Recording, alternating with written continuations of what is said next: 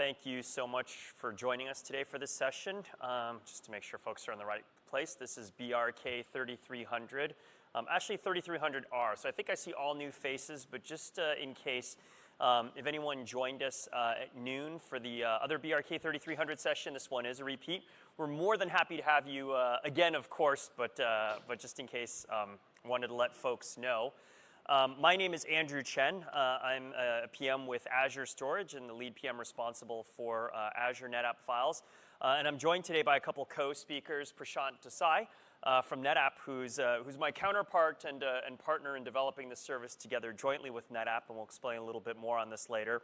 And later in the talk, we'll also have one of our joint mutual partners join us on stage and share some of their perspectives, in going through the preview of this service. Maybe before we dive in, quick poll. So hopefully everyone's having a good conference so far. Content's been useful, helpful. Okay, how many folks here are like IT pro or storage background? Can we do show of hands?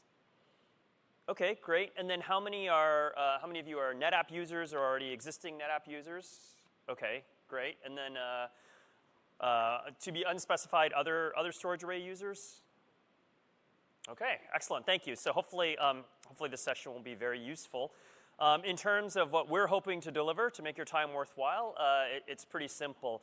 We want to do a comprehensive walkthrough of Azure NetApp Files end-to-end, sort of explain all of the core concepts of the service. We'll peel back the covers a little bit and show some key information about the architecture, how it was built, and some of the considerations around deployment. Give some indications to some of the things we're thinking about doing directionally.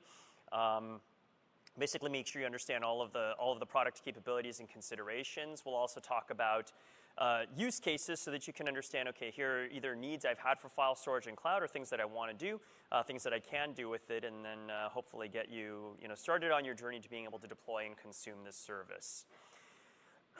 And then to that end, our agenda is fairly simple. We'll basically spend time on a walk through all of those different elements, and to keep it interesting, we'll also do some demos and walkthroughs of the experience along the way to sort of illustrate the concepts that we're talking about. And then we'll be joined by a partner for some, sort of third-party perspective on their impressions of the service so far. And then finally, we'll have Q&A, share some resources that you can use, and some follow-ups. All right, so we'll dive right into it. Part of starting, I think one of the questions we sometimes have to answer up front is even, why file workloads in the cloud, or do file workloads, file protocols have a place in the cloud? After all, NFS is what, 30 years old. But let's sort of take a look at some of the factors around that. One is that although the cloud journey is now pretty far underway and is maturing and accelerating with each passing day, fact of the matter is still the majority of enterprise and mission critical workloads continue to be on premises, and that's dominantly because a lot of the infrastructures in those cases have capabilities that haven't yet been present in the cloud to service those workloads. Then, of enterprise workloads that are still on-premise, that are using external storage, about half of them are using file protocols today.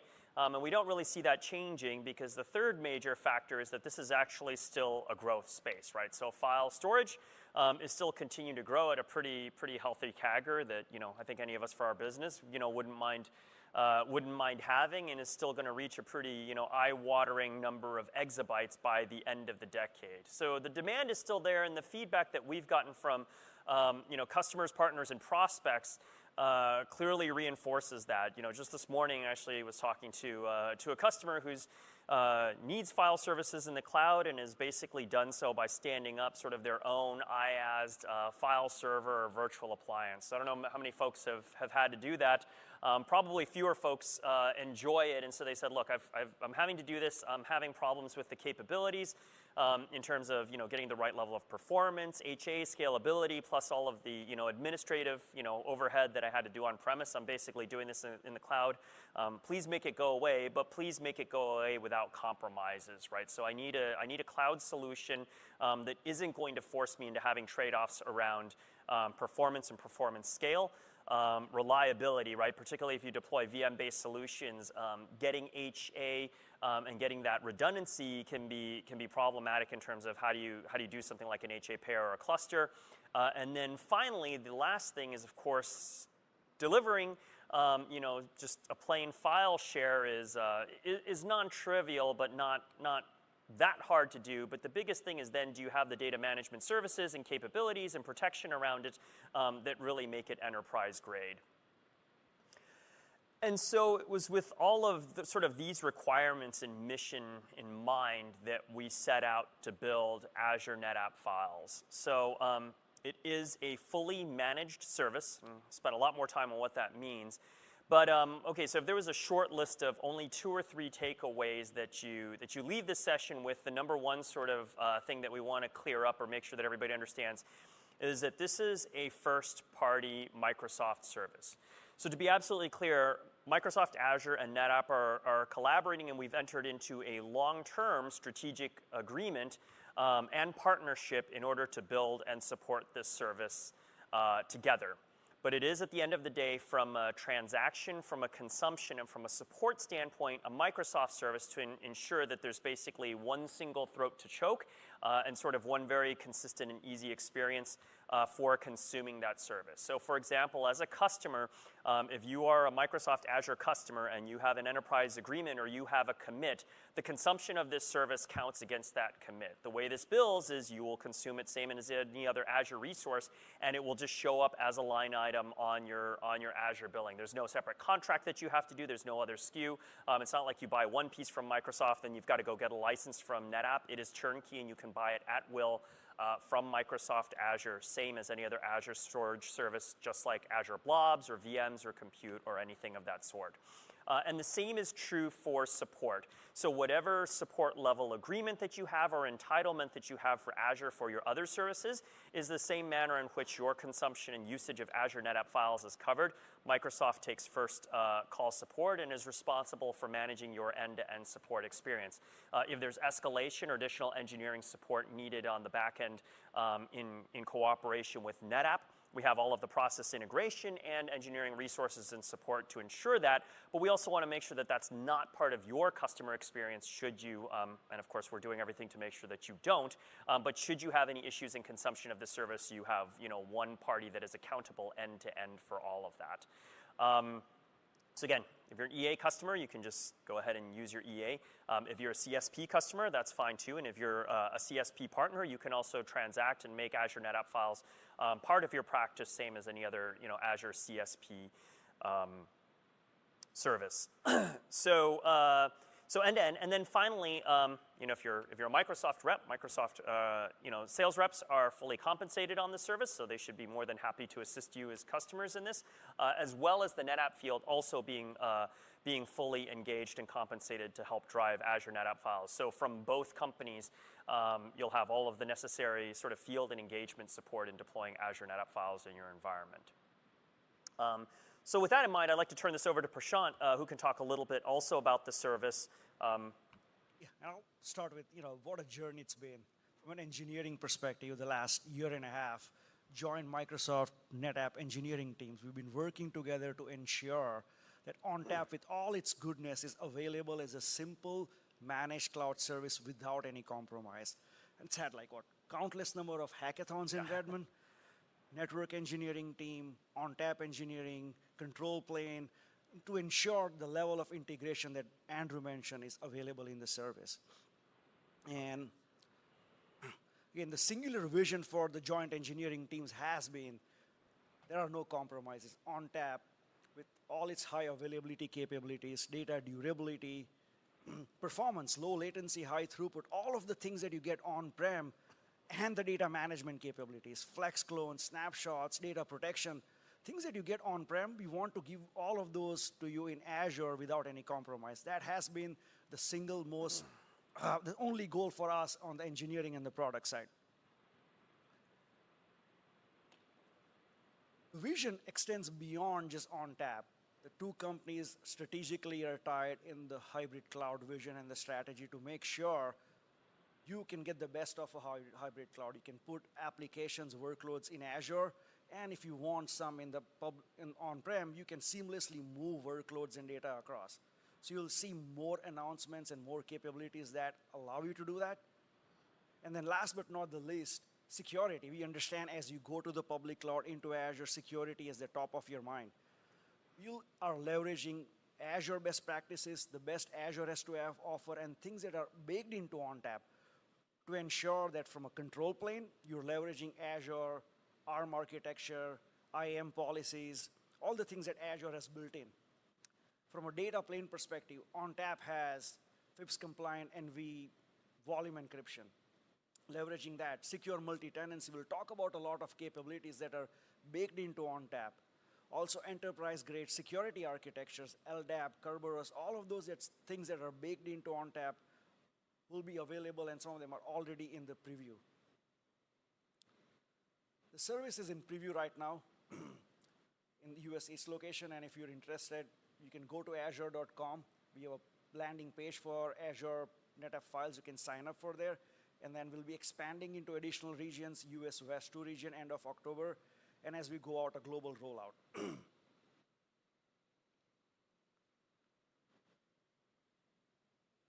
Kind of clicking down into what exactly the service can do for you.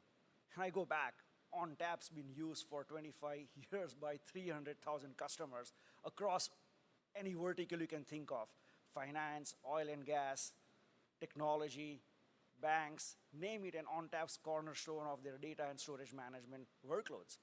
So the use case and applicability for this service is extremely wide. And again, the design point for us has been to make sure that you can service primary workloads in Azure, not backup, not DR, primary workloads without compromise you can run in Azure.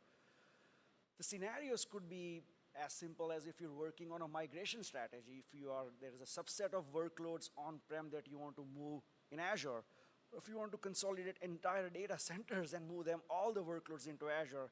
If you have any Linux, open source, Unix footprint, it's a no-brainer.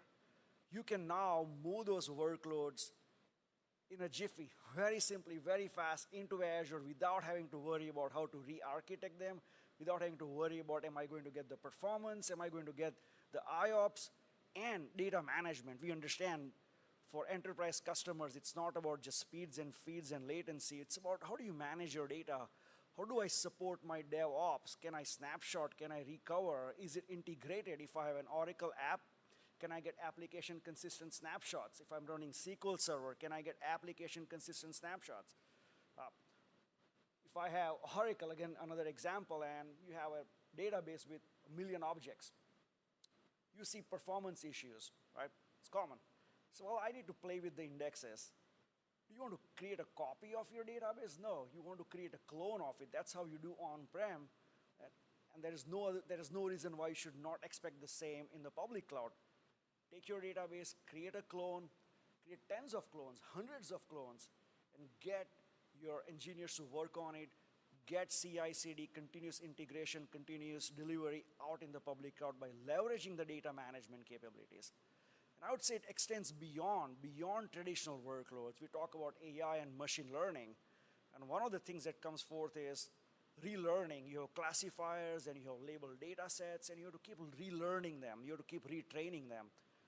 Well, do you want to make copies of that? Well, you leverage clones, and you can create hundreds of clones, read-writable clones. You can have all your engineers work upon it. So you can start with on-prem workloads. If you're building brand new applications in the cloud, we understand you go to the cloud to build simple, scalable, performant applications. Well, if you want to scale, you really want to scale out and scale up. Scale out is one of the reasons why you go to public cloud.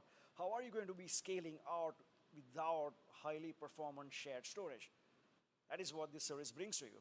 Opens up completely new dimensions for building simple, high-performant applications in the cloud. The other, I mentioned machine learning. This is an Azure service. We are going to be leveraging connection points, building bridges with other Azure services. If you want to use the service with HD Insight, we have a connector for it. If you want to create a microservice architecture, and we understand storage, persistent storage is a big problem for it, we'll have a connector where you can use Azure NetApp Files to provide storage for your containers environment. So the vision starts with what you have right now on-prem, but we're looking at a whole set of workloads which are next-gen, born in the cloud. And before we exit this slide onto the next one, I'd like to leave with a simple message. While the service is powerful, there's a lot you can do with it. Start with something simple. You have home directories, file shares, bring them on. Last couple of days at the booth, we had over a dozen customers come talk about NAS sprawl, hundreds of terabytes of just file shares spread all across their data center.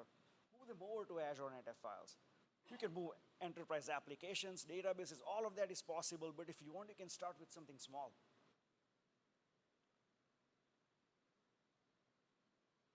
And then we talked about integration, being a native service. I think we can start looking at this chart to really internalize what it means. Azure NetApp Files is an Azure resource. It's an Azure service. The hierarchy that's shown here really starts with the Azure subscription. As long as you have an Azure subscription, you can use this service. Underneath the Azure subscription, you can go and create an Azure NetApp account. It's similar to an Azure storage account, the same purpose. It's a different namespace. You can assign a region to it, and then you can create pools of capacity. The service is delivered today in the, as a provision capacity model. So you buy a pool of capacity, and then you can carve it out into any number of volumes. The capacity pool that you buy is built on an hourly basis, same as any other Azure resource. So if you spin up a pool of capacity for a couple of hours, you only get billed for a couple of hours. The pool then can be carved out into hundreds of volumes. You pick the size, and we allocate to it capacity and also performance. We'll talk about performance in the next slide, but we'll allocate performance on the volume that is in line with the capacity that you assign to it. The thing that users have to remember is the sum total of allocated capacity across volumes. It has to add up to your total pool size. So if you have a pool size of 4, the sum total of capacity across your volumes has to add up to 4. Now, one thing that just occurred to me is in this example, we are using 4, but by no means is the service limit of 4. It's a great point. Underneath a storage account, you can have hundreds of terabytes, petabytes of capacity. Things that you would need an entire team to manage on-prem, you can get done programmatically with the thing. You don't even need a person. It's all done programmatically and through the portal. This thing scales to petabytes. A single volume can be as small as 100 GB. It can grow to as large as 100 terabytes. And your pool can be hundreds of terabytes. And across multiple pools, you can have petabytes of capacity in management. Now, when you configure a pool, one of the attributes you have to assign to it is the performance level. And as we look on-prem, we know all workloads are not built the same way.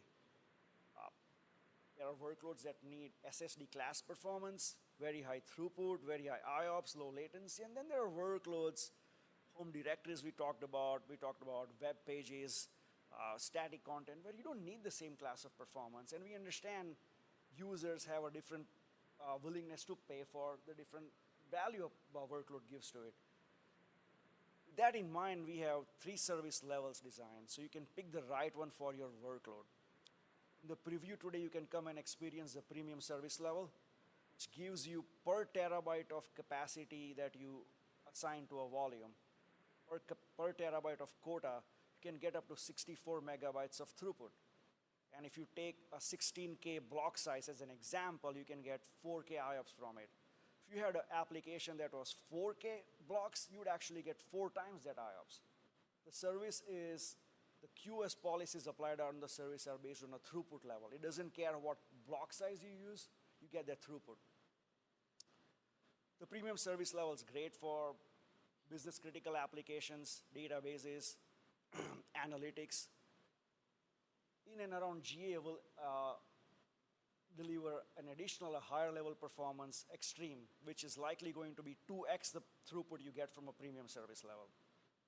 And then at the same time, we'll also enable the standard service level, which is lower in throughput and it's great for workloads that did not require as much throughput or IOPS.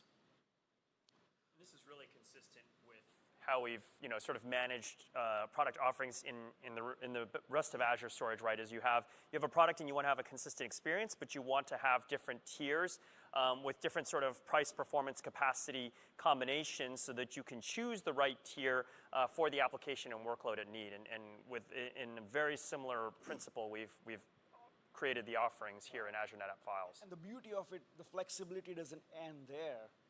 Through the portal, through the API, you can come and you can change, you can resize the volume and you can get more throughput. So let's say you are in a business which is seasonal and you need to scale out in the months of high demand. Well, you can increase the volume size and you double the quota and you get double the throughput out of it. Not only that, you can, as we introduce more service levels, you can flexibly go across tiers. Again, this can be done through the portal or programmatically through the API. It's unmatched flexibility. It's unparalleled, unrivaled in the cloud. Just to give you a feel for what kind of performance you should expect. This is, and we'll have more data to share and we'll publish it as we lead up to the GA of the service. But this is a sample that is from VD Bench. We use VD Bench to test against a 10 terabyte volume, a small 10 terabyte volume. We use VD Bench, and you see the results here. It starts out at close to 600 microsecond latency, and you can drive for a 10 terabyte volume at 64 megabytes per second. The max you can get out of it is 640 megabytes per second, which is close to 5.2 gigabits per second. You can get all of it under a millisecond latency. And then you see the QoS policy kicking in up here, right? As you hit your 10 terabyte, 640 megabytes per second throughput limit, you can see QoS kicking in. And that's something important to understand. The QoS policy also protects you and your volume and your workloads from noisy neighbor. We get that asked many, many times. Any other volume you have in your own account or any other tenant's volume cannot impact the throughput or performance you can get from your volume, because we have configured each volume with its own QoS policies. And if we kind of take this example forward, if you had a 20 terabyte volume, you would actually get close to 10 gigabits per second throughput from that volume. You can fill up a 10 gigi pipe. A single volume can fill up a 10 gigi pipe.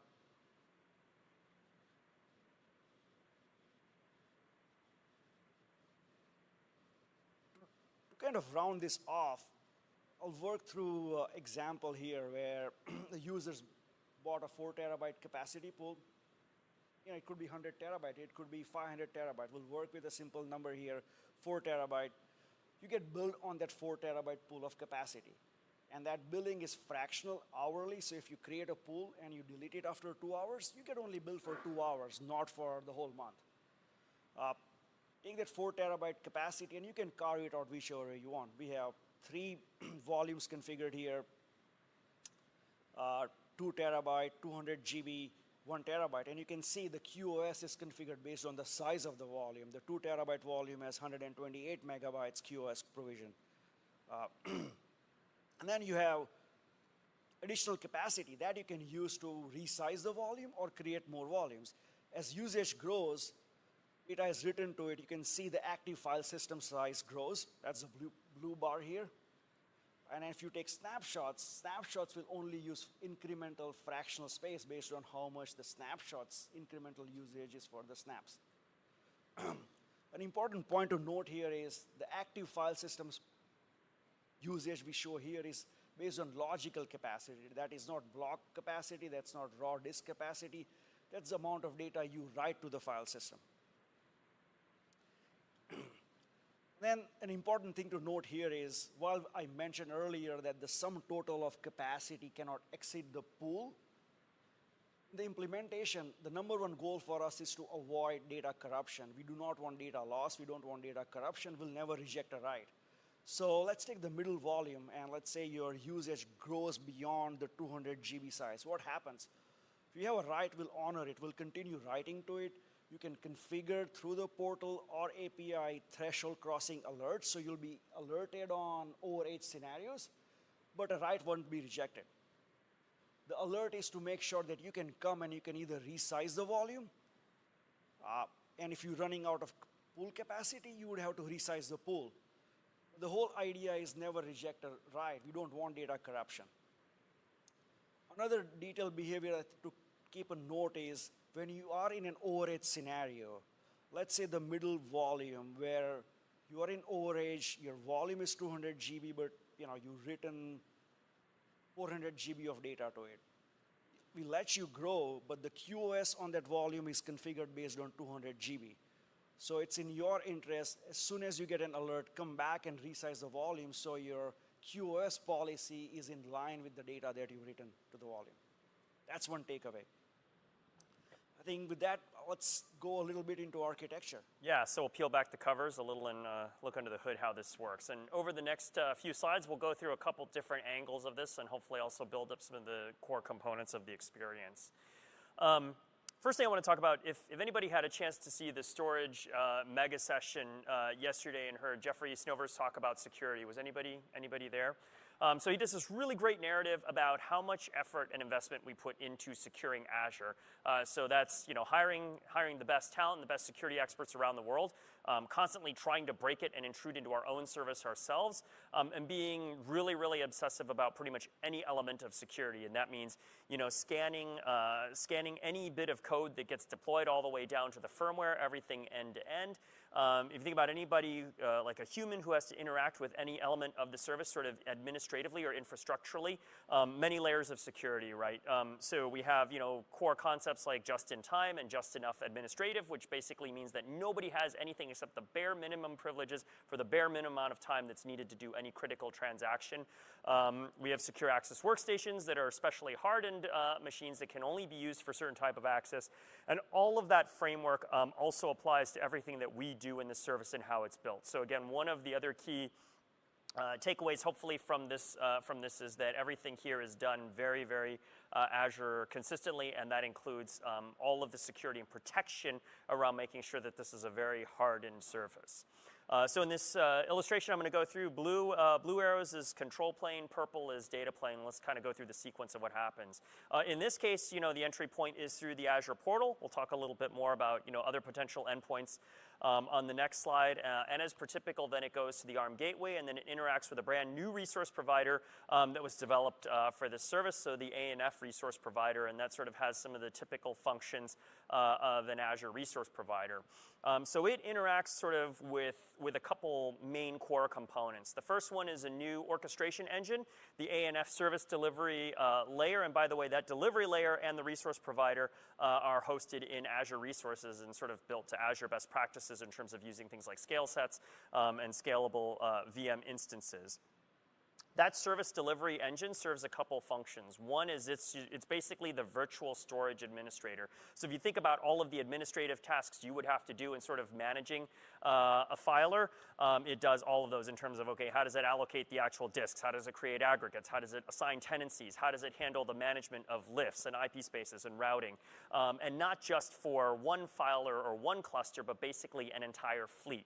And we'll talk about that more. So then there's all of the inventory management and what's going on with tenancies and how they've been placed on the actual physical assets, and keeping all of that straight and also keeping the health of the service intact. So then it does things like billing, it does telemetry, metrics both from a supportability standpoint as well as things that you would be able to view sort of administratively in the console. Then the resource provider is also sort of talking sideways, which is again sort of typical for Azure services where there's sort of orchestration of different Azure components required. Its primary partner in this is the Azure Network Resource Provider, which then talks to its regional resource management frameworks. And basically then what the two of these things are doing jointly is all of the end-to-end work to deploy an experience for you. So if you think from an administrator standpoint, well, shoot, if you were really just trying to do this from scratch, like you literally just had your PS or your partner deliver an Azure array in your data center completely from scratch, I mean, this process could take days or weeks. But even if you have something up and running, it can often take a fair bit of time to deploy storage for a new user. And these things are autonomously doing it in a matter of mere minutes, as you will see later on. But basically what happens is you get a tenancy, all of the work that's necessary from a switching standpoint to move it physically from there into your Azure VNet so that you can then mount the volumes and consume them is all done autonomously through this framework. Shortcuts we took in delivering this service. It follows exactly the same architecture, ARM architecture, resource provider that would be taken for any Azure native service. And the beauty of the interaction that Andrew described between Azure NetApp Resource Provider and Azure Network Resource Provider is not only you get great performance, low throughput, we're plugged into Azure's SDN stack, but this architecture is extensible. In the future, we can plug into DataBox or any other Azure native service. This is Insights, other Azure PaaS services or other Azure services. And so with that, programmatic deployment, right? So again, the fully ARM consistent. So from a security standpoint, in terms of identity management, RBAC, the ability to sort of create roles or delegate users to access control plane functions, it is entirely consistent. The blade looks identical to any other Azure resource, and it basically uses that same framework. And then you have the same typical methods of access, right? So the portal is one way of doing so, but you can also use REST API. We will be progressively rolling out SDKs to enable sort of ease of use in working against the service programmatically. We will also be offering support for both Azure CLI and PowerShell. So whatever forms of scripting or other automation you want to use will be accessible and available for this service. And then, of course, if you're orchestrating deployments across many Azure resources or things that are sort of complex that you want to do repeatedly, also the ability to create ARM templates and deploy them through ARM templates, sort of as that little snippet there shows. And then what that allows you to do is basically any sort of standard CRUD or control plane operations against sort of the key objects of the service that Prashant outlined, right? So you can interact with and administer account pools and volumes. You'll have the ability to query and get information on your mount target. You'll be able to take snapshots, right? So again, there's an API for a snapshot call. So if you want to orchestrate something where you need some sort of app or state consistent snapshot, you will be able to do that through API. You can also set and control export policy, which we'll talk a little bit more about in a bit. One thing that is worth mentioning is by design, this is data plane access, so the ability to sort of do the administrative or control plane functions against the volumes, but actually writing or accessing the data within the volumes is done so through NAS protocols. I think this is a conscious decision from a security perspective. We spoke to enterprise customers, two things. We want to always make sure your volumes get an IP address from your VNet, not publicly accessible. And it can be mounted through standard NAS protocols. We thought about it. We didn't want to be able to somebody to read data using a REST API or control plane operation. So another spin at this, building this up through different layers. So one is these are fully managed bare metal systems. So I think one question that we get, or one thing people don't know, so again, if you sort of only remember a few things that stick, these are actually bare metal NetApp systems that are hosted inside an Azure data center. It's not a virtual appliance or a virtual instance. These are actual ONTAP FAS clusters, right? And this fleet is built for high availability and durability and for scale. So, the lowest atomic unit we think about as sort of we're managing these resources is already in of itself like a full NetApp cluster, right? Which in of itself is a highly redundant and resilient entity, right? You can have node failures, but still maintain availability and also performance and access to the data. And a single cluster is sort of just one atomic unit we use, but we're building a fleet out of multiple clusters, so a cluster of clusters, if you will. And it's fully managed. So again, besides anything that isn't autonomously done by the service delivery layer, as part of the service, we fully manage that. That includes lifecycle things. So of course, there's the bring up and build out. But at the end of life, how many people like doing end of life migrations, upgrades, head swaps, or firmware updates, ONTAP updates? All of that is taken care of autonomously as part of the service. And then in terms of like capacity management, right? As Prashant said, you get your volumes, you consume them, logical capacity, you take snapshots, it's incremental, it's very straightforward.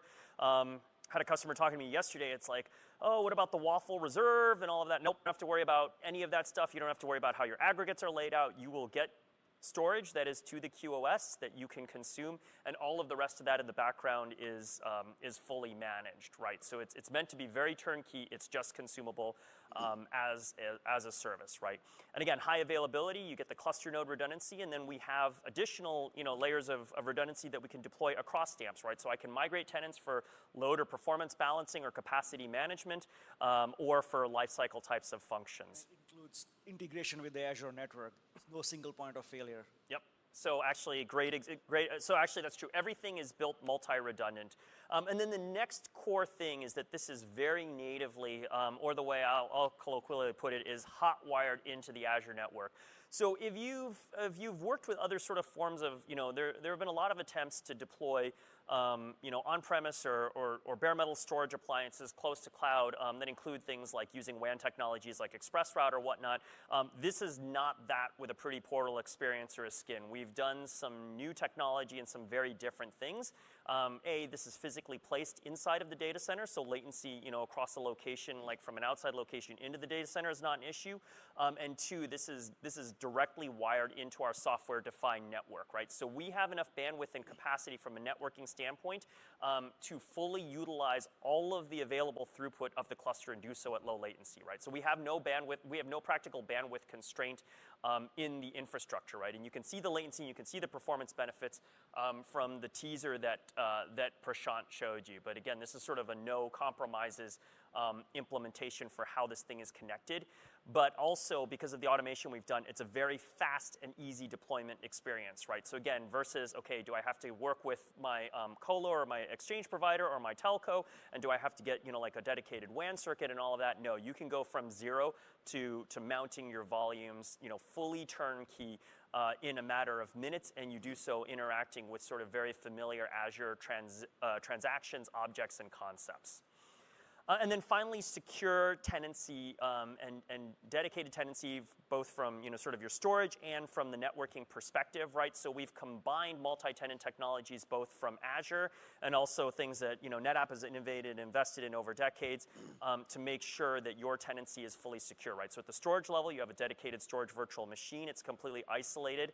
You're also assigned the logical interface, and also a separate IP space, so there's no sort of collision or interaction of network traffic between you and other tenants. And the same thing happens all the way through and through up the stack until that data securely enters your VNet. So you're assigned, separate, dedicated, and segregated VLANs, and all of the traffic, again, is autonomously kept separate and routed through the entire experience. And then data protection, right? So as Prashant mentioned, but I think hopefully everyone knows, the golden rule of storage: never lose the data, right? That's like rule 1, 2, and 3. It's like location in real estate. So multiple layers of redundancy there, right? So aside from the cluster level redundancy, multi-parity redundancy on the drives or the flash drives.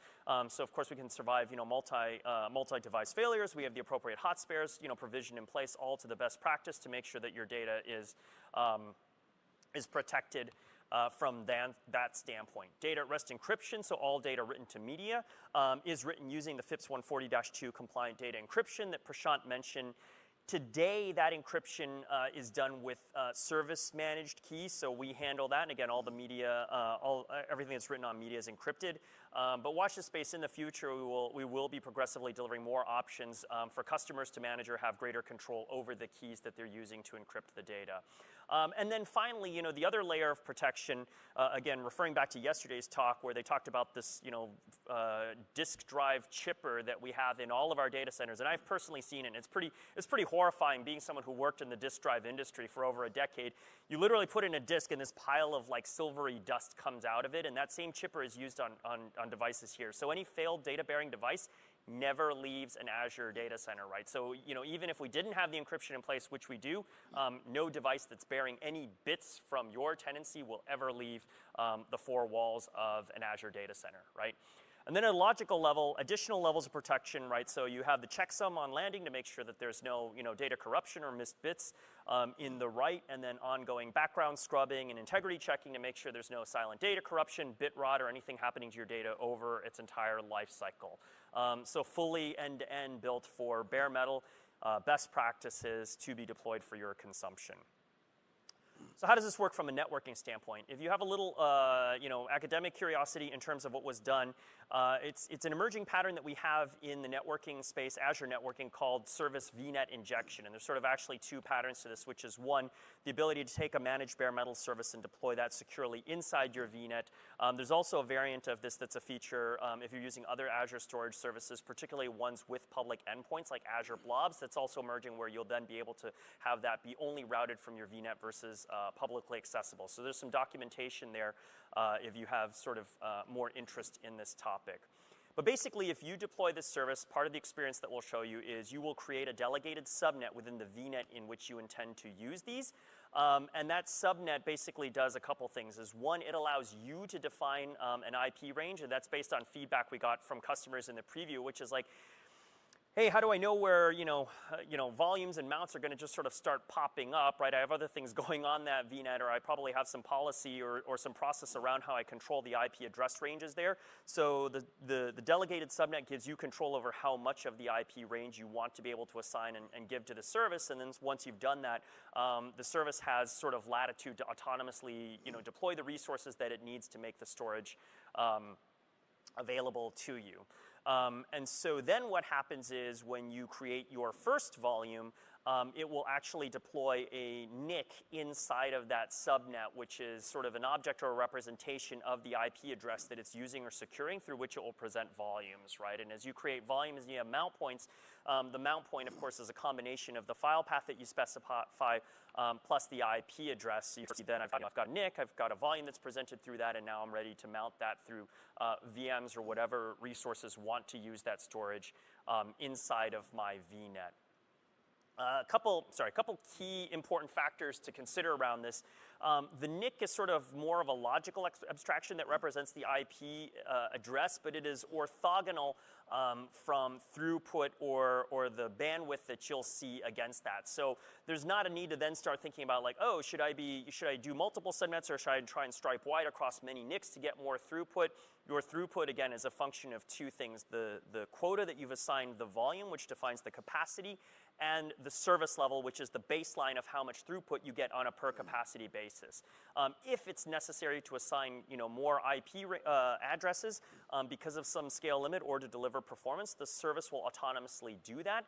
But it will be very common for multiple volumes to be served from a single NIC, and that's not something that's compromising your performance experience or consumption of the service in any other way. So then you also don't worry like, oh my gosh, well, if I have hundreds of volumes that I'm thinking about using, how wide of an IP range or how many of these addresses do I have to give up? It will be a many-to-one relationship, and that is by design. Yeah, I think just maybe obvious, just emphasizing as in the pointer Andrew has here, that's complex, the implementation is complex, but we're doing the heavy lifting for you. You as a user, all you have to do is, as Andrew said, identify a subnet, delegate it to Azure NetApp Files. We'll pick up the IP address as we create volumes and we'll use. You do not have to worry about any of it. So any of your end users, data scientists, people who they don't have to understand storage or networking. All they do is create volumes and mount it. Nothing else matters for them.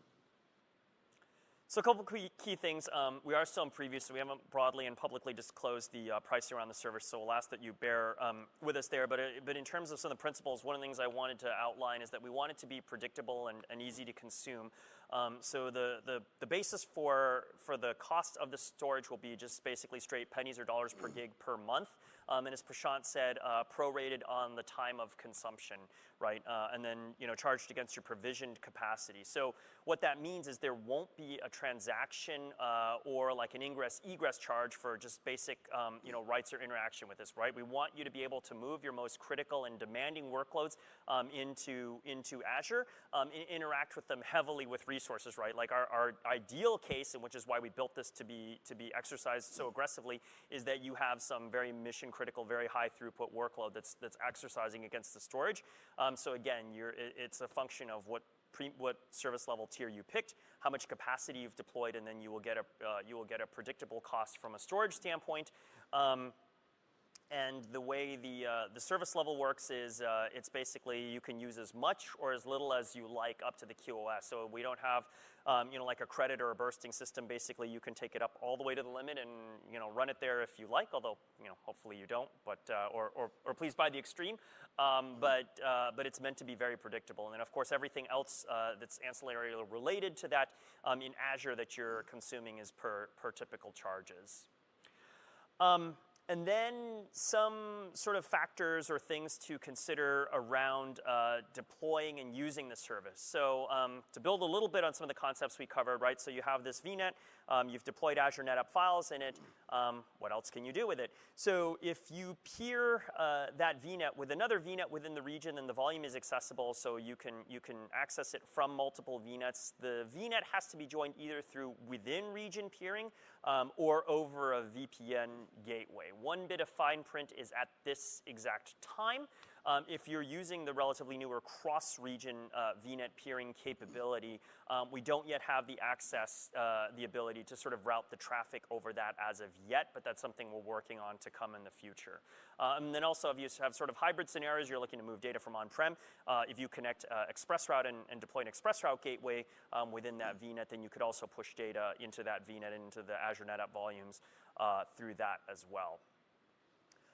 And then one other thing is there are some unique elements of that delegated subnet and the associated NIC. That NIC is pretty much completely under the control of the service, and so we don't allow you to do things like destroy it. If you delete your tenancy, then as part of the cleanup, the NIC will be removed. But of course, we wouldn't want you deleting that NIC and then sort of stranding the volumes or all of your access to that. One other thing is you also cannot at this time yet apply network security groups against that NIC. That's something that we will probably support at some point in the future. But in the meantime, if you need network ACLs or the ability to sort of restrict or control access to the volume based on network attributes, that can be done through export policies, which we'll illustrate in a little bit. Maybe this question comes often, so I'll just re-summarize. Simple takeaway. Can I mount, clearly you can mount the volume in your VNet on any VM you would want to. Can I mount an NF volume in a different VNet in the same region? Answer is yes, you can use VNet peering. Question is, can I mount the volume on a different VM in a VNet in a different region? Well, the answer is yes, if you use a VPN gateway, you can't use VNet peering there. So that's really the key takeaway. Okay, so I've been talking a lot, going through a lot of charts, so thanks for bearing with. Why don't we actually do, show what the actual portal experience looks like. So you can see here, I've pinned it, but if you go to the marketplace, or you just sort of go to the general search and you look at NetApp, you'll be able to see. And again, right now this is in preview, so it's not publicly available. This is once you've been whitelisted and onboarded in the preview. But you could just go ahead, search this, and do a create experience, pretty much same as again any other Azure service. So here we're creating the NetApp account. Again, it's kind of a parallel construct, but a different namespace from sort of our other storage accounts. You name it, you pick your subscription, you can put it in a resource group. Again, same as anything else. You'd pick your region and then you hit go, and then it'll create the account. And this one takes a little while because again, it's now securing a tenancy and doing some of the administrative work on the cluster. It's picking the cluster and figuring out where it goes. So again, all of those administrative tasks, all of that automation that I talked about is currently happening right now. And so we'll just sort of wait for the paint to dry for a few moments here, and then we'll get a message that the account has successfully deployed. Oh, and there it is. So now if you go into the account, and you can see here again, you get the same notifications. You can pin the tile to the dashboard, and you go in. There it is. And like I said, if you want to do RBAC against the administrative functions, you can assign roles, same as anything else. And then now go to capacity pools and add a pool. So again, you have to name it. And then there, again, right now in our preview, we only have the premium. But if you want, you could pick a different SLA once we have the additional ones available and choose that, and then choose the provision size. And then away you go and create the capacity pool. So that's sort of that next level in our hierarchy that we explained. And then now if you go to the pool, it's there. You can see here that it has, properties, it has IDs, resources IDs, subscription, again, everything very same as Azure. And then now you can create volumes, because right now our pool is empty, so let's make a volume to consume against it. You can see here it wants a volume name, file path name, which pool it's going to draw against, right? And then it'll show how much quota is remaining or has not yet been consumed or assigned against that pool. You can pick how much quota then you want to give that volume, and remember that's also going to set the gross throughput that's available to that based on the QoS and the tier you picked. Then you pick which virtual network this is going to go into, and then you need to basically put that inside the delegated subnet, as I mentioned, and then hit create. And then it's going to go through the final steps of creating a volume, setting that policy, wiring it up, and popping it into the VNet. So we'll see that workflow complete shortly. Sorry, I don't know any good jokes, or I would do something, but One thing we didn't cover in this demo is, you saw in the volume create, there was already a delegated subnet there. yeah. It's already in the dropdown. You have to go into the VNet subnet blade, and that's where you create a subnet and say, I'm delegating it to Azure NetApp Files. So that's one step you have to do outside of. Yeah, and we'll actually show that, and then in the future it'll actually be doable in situ from this blade. Yes, in the future. We don't have it yet. But for now, anytime in the preview, you'd have to go create the subnet, delegate it, and then you pick from the drop-down in the volume create.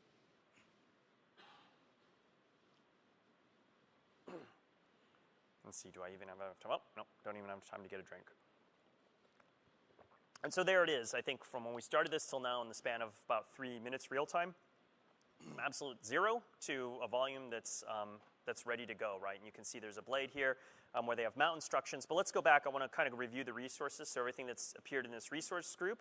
And you can see hierarchically, right, you have the account, you have the pool, and you have the volume. So all of those are sort of objects you can, click on and directly take you there and interact with them.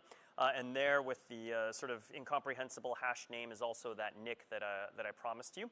And then if you look at the VNet, you can see here within the subnets, and we had sort of pre-provisioned this, there is that delegated subnet. And at the bottom, there is the option to say, okay, I want to delegate this to a service, and it's the Microsoft.NetApp/volumes service. So that's basically how we had sort of pre-done that. If you go back to the volumes, let's see, a couple of things is, one, there's a very handy blade here with basically, I think it's literally 4 clicks, 2 copies and 2 pastes. You can just put this in your VM, and your volume is attached, mounted, and ready to begin serving storage. And we'll spend a little bit more time on this in the next walkthrough, but you can see here are the blades for export policy and also snapshots. So, one question we get asked about, well, how large of a delegated subnet should I create? And as Andrew mentioned, the mapping is many to one. For customers who expect less than 100 volumes, 8 or less addresses should be more than enough. But in the case, let's say you forecast 100 volumes, and then in the your growth is beyond your forecast, and you run out of delegated subnet space. You can come back and create another delegated subnet, and you can assign it to the service. So it's you can always add more delegated subnets to the service. yeah.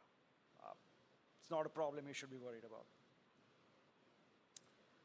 Going on to talking about networking, and we talked about how important we thought it was to grab an IP address for the mount point from your VNet and give you the choice. We thought it's fundamental to security. The other controls beyond that is export policies. If you use ONTAP, you're aware of it. At a volume granular level, you can go and assign 5 rules per volume, and you can control which clients within your VNet, clients or subnet range, can access, what kind of access they can have, and also choose the protocol. As we enable multi-protocol on this service, you will have a choice of not just versions, but also other protocols you can control. So that's the intent of export policies. It's not a replacement for network security groups. It's something ONTAP has. We are using it now, and in the future, we'll also have NSGs on our delegated subnets. Sticking on to security, we talked about data at rest encryption using FIPS compliant implementation. We talked about export policies. We talked about multi-tenancy. There are a lot of other, and then of course we talked about ARM architecture and how it's secure, the control planes resting behind all the things Azure platform has. But there's also a lot of other goodness ONTAP has delivered for enterprise customers to get security at scale, right? You don't want to be using local UIDs and GUIDs. A lot of enterprise customers use a database, AD or LDAP, where all the permissions are there. We'll be enabling those enhanced or those capabilities that are already baked into ONTAP in this service. Using LDAP, for example, with NFS, Kerberos, Kerberos Phi, and Kerberos Phi-P. So you can get not only authentication, but your data on wire, NFS data, can be encrypted right from the client. Same applies for multi-protocol. Similar in SMB, you heard about sealing and signaling. Same capabilities will be enabled going forward. And then, as Andrew had mentioned earlier, we talked about keys currently are managed by NetApp and Microsoft. ONTAP already has enhancements where you can store the keys off box on a KMIP compliant server, a key management server. So those are some capabilities we'll be enabling in the future to ensure there is no, security is front and central for us. Absolutely.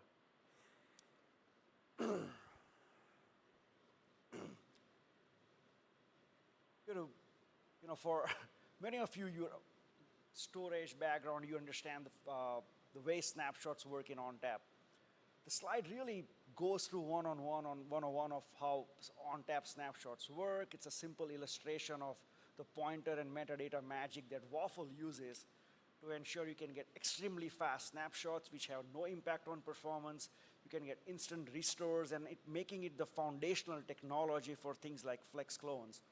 So this example really starts out by showing if you have a volume and you've written some data to it, let's assume it maps to 3 blocks on file, A, B, and C. In the active file system space, Waffle's really carrying some metadata and pointers to those blocks. And then as you take a snapshot, the snapshot 1 only has pointers to the same block. You're not creating a copy. You don't have 2 copies of your data.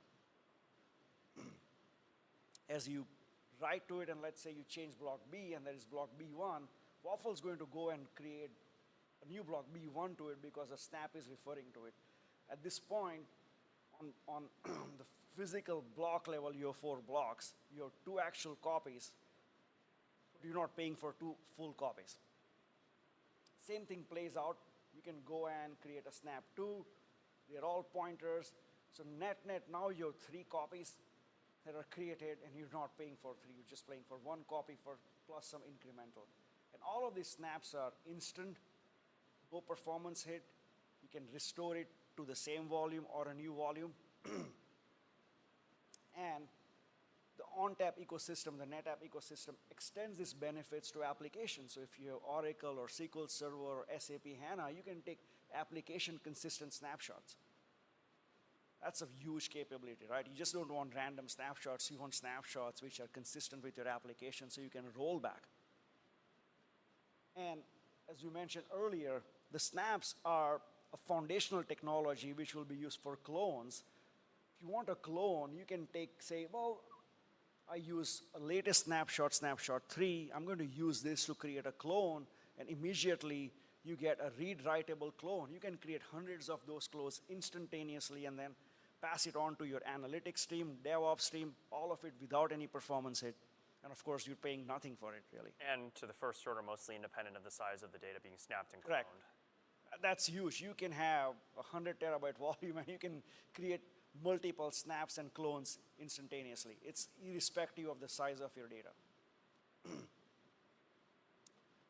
Some limits to remember. This is on tap. Yeah, Andrew can't type, so it's 255. Local snapshots, 255. Yep.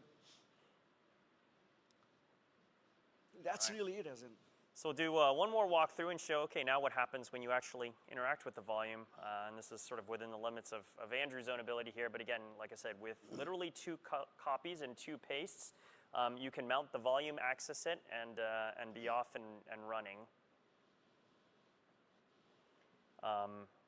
So then, if we, we'll sort of elevate the permissions to make it easy, and then go into the directory here inside the mounted volume, And then you can see here, right there's the .snapshot directory, kind of one of the signature, for those who are familiar and have interacted with NetApp, there it is. And we'll just throw a sample file in there and do a quick illustration. So, of course, because I have no imagination at all, what am I going to say? Hello world. I didn't have time to do ASCII art like one of our other folks does. It's like the coolest thing, and I'm just not that clever. So you can see here we have our text file. So just a really simple illustration there. There it is in my directory. So now if I go back to the portal experience, go to the snapshot blade,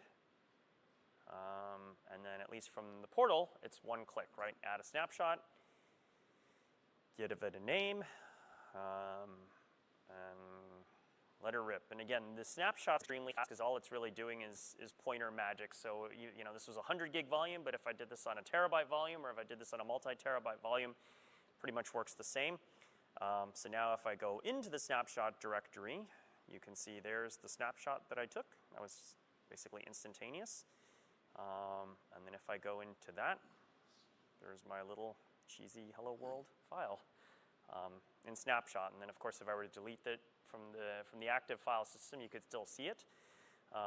So just a very simple illustration of a snapshot, you know, performantly and instantly at work. And then from there, you can see if I want to, so a couple things is, let's see, what was I doing here? One is the ability to restore to a new volume, right? So this is currently how we've implemented a variant of the cloning, but basically you just give it the name, you give it the same coordinates, and it would instantly hydrate that snapshot into a brand new volume ready for use. And you can see here one of the other key properties is the export policy blade, where you can set those network ACLs that Prashant mentioned. So that's the walkthrough there. And then I'll turn it over for, I think, our last topic of this section, which is how do you get data into Azure NetApp Files, at least today. Right? We've been asked, like, wow, you have a great service. How do I move my data into Azure NetApp Files? Lots of ways. Simple, easy is Cloud Sync. It's a NetApp service. You can go to cloud.netapp.com and try it out for free. What it is, it's a simple, easy, managed way to move data in and out from on-prem to any file share in the cloud, Azure NetApp Files. You had customers, depending on the size of your pipe, you had customers move as much as 30 to 40 terabytes in a single day from on-prem to the cloud.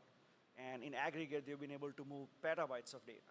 So it's a great service, and in this, you know, we had a recorded demo. We didn't have time, but we were showing how you could move data from Amazon EFS to Azure NetApp Files, all using Cloud Sync.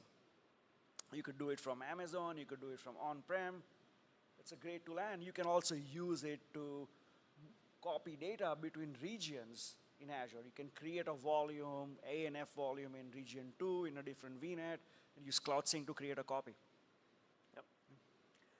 So I'm sure as fantastic as both Prashant and I are, be good to get a fresh face on stage. So it's my pleasure to invite Kent Christensen to join us up here. Kent is with Insight Data Link, and it's a valued partner, both a very long-time partner of NetApp, but also a valued partner for us in Azure, and doing some really interesting things together. You know, both now with Azure NetApp Files. He's been with us since early on in the preview journey, as well as some of our other cloud initiatives. So, Kent, if you could please. Yeah, no, we absolutely appreciate the partnership, and yes, we have been talking about this for a while. We've always had a deep roadmap relationship with NetApp, and so, you know, way back when, it was most intuitive to us for this is an extension of what NetApp has been calling the data fabric, which is their vision that says we're going to be the data management platform, whether you're on-prem, in a hybrid environment, in the cloud. So we've been working with kind of the early data fabric products, Cloud ONTAP, MPS, which is putting ONTAP next to the cloud in like an Equinix data center, et cetera. So this was, you know, a great extension of that. We have found as we've started, you know, we did the testing in the private preview starting last year. We're doing the public preview right now. You can see how simple it is. Sometimes it's almost too simple. Actually, in the last session, we had a client come up and say, okay, you know, you guys are working with me in multi-data centers, et cetera. And what we find is they're kind of looking at their evolving cloud strategies and like, well, how does this work for DR? How does this work for that, et cetera? And sometimes it's so simple that they want to put everything there and it's not appropriate for everything. And so we actually created a service. But yeah.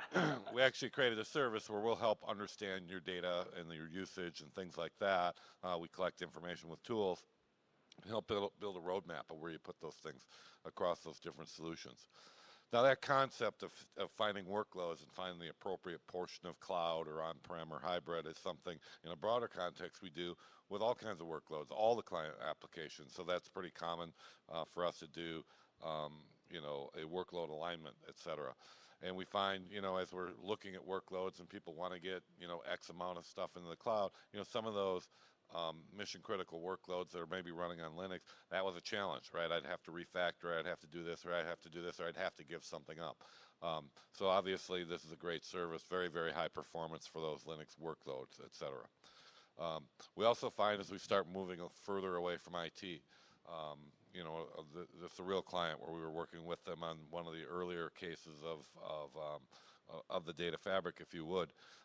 They were doing genomics processing and they were doing it all in one cloud provider.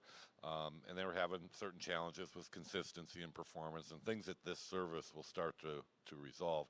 So we built a solution that was one of those next to the cloud solutions, and they got a much more consistent outcome leveraging the NetApp. They didn't even know it was NetApp. They were just trying to do genomics processing, and we just gave them a better cloud storage version, et cetera. So they were getting 10x the performance, which is what we're seeing here, is 10x the performance of some of the stuff that's currently available on cloud providers. As they started thinking about how to consume it, they said, okay, well, if I build it in that kind of MPS hosted environment, then I'm going to build a certain size sandbox and I'll be able to use that sandbox. If I leverage a service like this, then I can go and have the data scientists basically say, whatever you want to spin up and down, go at it, right? I'm not going to limit you by provisioning infrastructure and things like that. Again, these guys can take advantage of that. So they are now, even though they have the service, they have all the performance, they're very happy, they're like, okay, we got to test Azure NetApp Files because that might give us the flexibility to really expand that. And further, moving even further away from IT, we have a division of Insight, so DataLink Insight. DataLink was acquired by Insight. There's a bunch of divisions of Insight. We're one of them. We're the Cloud and Data Center Transformation. We have another division called Digital Innovation, or some people at Microsoft know them as Blue Metal, which is also just recently announced that it's Microsoft's AI Partner of the Year. So one of the things we've been talking about is, you know, those guys would look at an NFS service and say that's for those guys that they consider IT people kind of a lower life form. That's an IT thing that we add value to the clients. So we started talking about, well, we can make this an HDFS service. We can use HD Insights. Now they're leaning forward. So as maybe the next time we're in public discussions with this might be at the NetApp Insight Conference, and we're planning on having that be a live demo of them doing AI, deep text learning, and things like that, leveraging this service, because they're pretty excited about the opportunity and the possibilities. So thank you. Awesome. Thanks so much, Ken. Thank you. Appreciate it. In closing, a couple things is we do have a blog post that announced our preview, and we do have a landing page on Azure.com. So if you go there, you can get documentation, you can get more information. You can register for the preview, or you can read up. Of course, as we get further and further into the conference, the number of related sessions. Sorry, let me back that up. I'm more than happy to have folks take pictures of it. The number of related sessions still to go. Continues to dwindle. Actually, now these are both recordings, but there were some really great recordings, sessions on data migration and also data protection, backup, and DR. So encourage you to check those out. We'll also be here for any Q&A. And then last, of course, is please do fill out the evaluations. And with that, we'll turn it over for Q&A. But if we don't get a chance to, thank you very much for your time, and hopefully looking forward to working with all of you on getting your ANF journey going. So thank you.